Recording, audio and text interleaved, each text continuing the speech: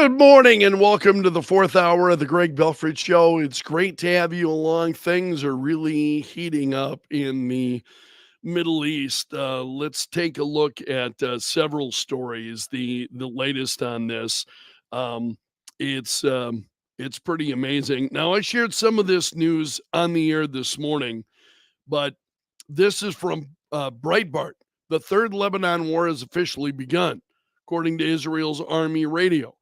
Israel Defense Forces and their ground forces crossed into Lebanon early this morning to remove Hezbollah outposts.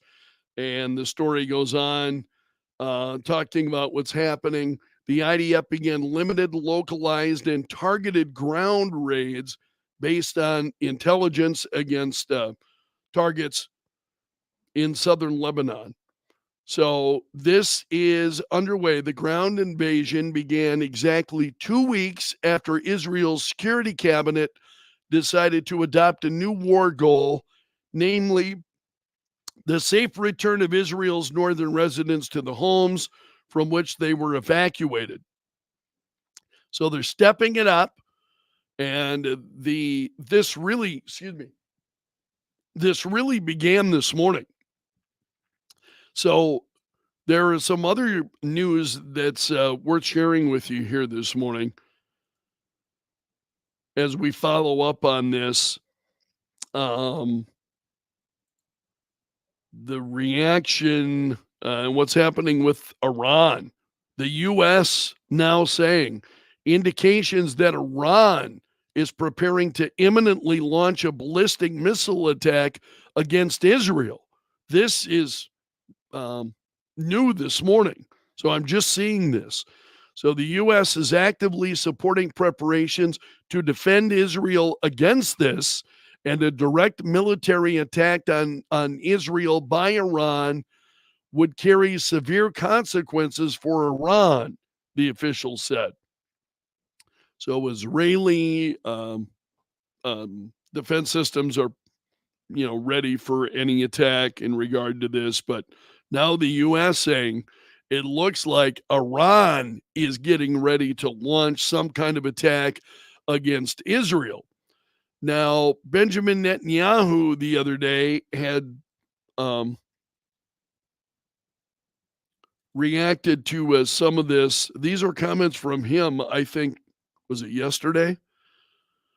And he said, Iran will be free from the Islamic regime a lot sooner than people think. So, and he spoke directly to the Iranian people. This was yesterday. In his special address to the people of Iran, he said, I speak a lot about the leaders of Iran, yet at this pivotal moment, I want to address you, the people of Iran. Every day you see a regime that subjugates you, makes fiery speeches about defending Lebanon, defending Gaza, yet every day that regime plunges our region deeper into darkness and deeper into war. And he said that Israel had eliminated the top leaders of one of Iran's terrorist proxy groups.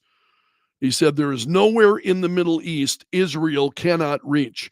There is nowhere we will not go to protect our people and protect our country, he said. He said, if the Islamic regime really cared about the people, it would stop wasting billions of dollars funding terrorism. When Iran is finally free, and that moment will come a lot sooner than people think, everything will be different. Our two ancient peoples, the Jewish people and the Persian people, will finally be at peace. When that day comes, the terror network that the regime built in 5 continents will be bankrupt, dismantled. Iran will thrive as never before. Global investment, massive tourism, brilliant technological innovation. Doesn't that sound better than endless poverty, repression, and war? It's got me thinking about America these days. Endless poverty, repression, and war. So the news is a little grim here this morning, but I wanted to let you know what was going on. I've got some other stories that are worth sharing with you this morning. Um, let's start with this is incredible story from the New York Post as we see what's going on with Americans down in North Carolina and the flooding and the aftermath of Hurricane Helene. Get a load of this. Final moments. Heartbreaking photo shows North Carolina grandparents trapped on roof before they were swept away by floodwaters along with their grandson. And this was their final photo. You can see here on the left. Final photo of them and look how high those floodwaters are. And apparently then the floodwaters just continue to rise and apparently swept them away. That's a reality of what's going on in North Carolina and some of these places right now. Really sad story. Also, I got to share this, talking about Tim Walz and what he is. His story is changing. Tim Walz said he traveled to China much less than he had initially highlighted in congressional hearings and media interviews.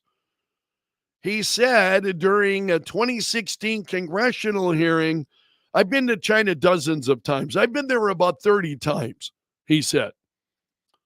Now, a spokesperson from the Harris Walz campaign said the number is closer to 15.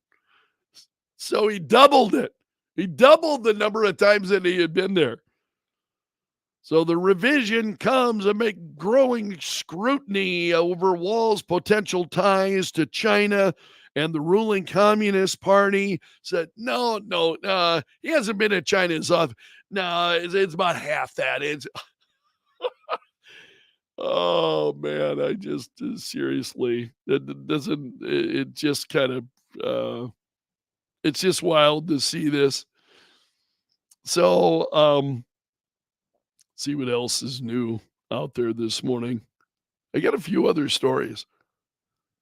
So Tim Walz revising the number of times that he actually has been to China. Nah, it's not as often as what he said. Oh, I said that. Oh, you can't believe me. Ladies and gentlemen, you can't believe me. I don't know what the hell I'm talking about. This is from FoxNews.com. Fox News Power Rankings. Trump maintains a lead on two top issues ahead of the vice presidential debate. Well, that's hardly a surprise. So the latest Fox News Power Rankings reveal. Vance starts the evening with a lead on the economy and immigration. Walz has an advantage on abortion. So and I've continued to believe this, economy, immigration, hammer those, just hammer those over and over and over. It's hardly a surprise to you to learn that that's where that's how the Trump team is doing. All right, let's see what else is going on here this morning. I got one other story that I want to share with you. This is from The Blaze, theblaze.com. A Nashville pastor made an endorsement of Harris that went really, really badly. And he apparently put out a post on Threads. And isn't it amazing when people put out some of these posts and then, it was misinterpreted. No. He said, never Trump, this time Harris, always Jesus, he wrote. And so David French of the New York Times, he says he's a conservative. He's not. I mean, you know a conservative when you hear one, right? You know a conservative when you hear one, when you hear what they're saying. That person's very conservative point of view. There was nothing conservative about David French of the New York Times. So they they say in this piece, he did his best to characterize a vote for Harris as a way to save conservatism. That is the dumbest friggin' thing I think I've ever heard. And I've heard a lot of dumb stuff. I mean, I'm sure I know tomorrow I'll hear something even more ridiculous. Those are the times we live in. Just when you think it can't get any more bizarre, guess what? It will. So he said he responded to Ortland saying, "This is the way, never Trump, this time Harris, always Jesus." Well, a lot of people were not taking it well.